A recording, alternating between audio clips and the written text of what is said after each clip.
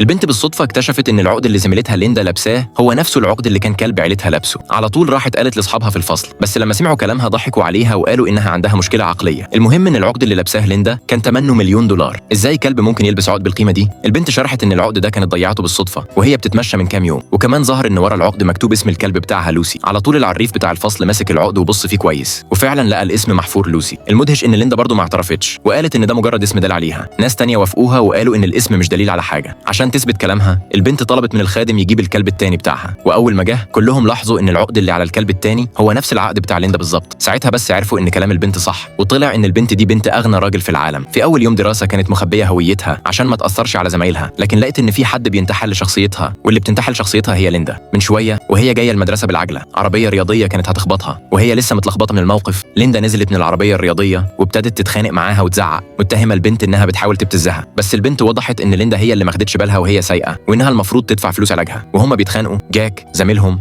جه وقال للبنت تعتذر لليندا، لانه كان في اشاعه ان بنت اغنى راجل في العالم دخلت المدرسه، ولما شافوا العربيات الفخمه افتكروا ان ليندا هي البنت الغنيه. جاك بقى يدافع عن ليندا عشان يكسب رضاها، وليندا كانت مبسوطه وفخوره بنفسها.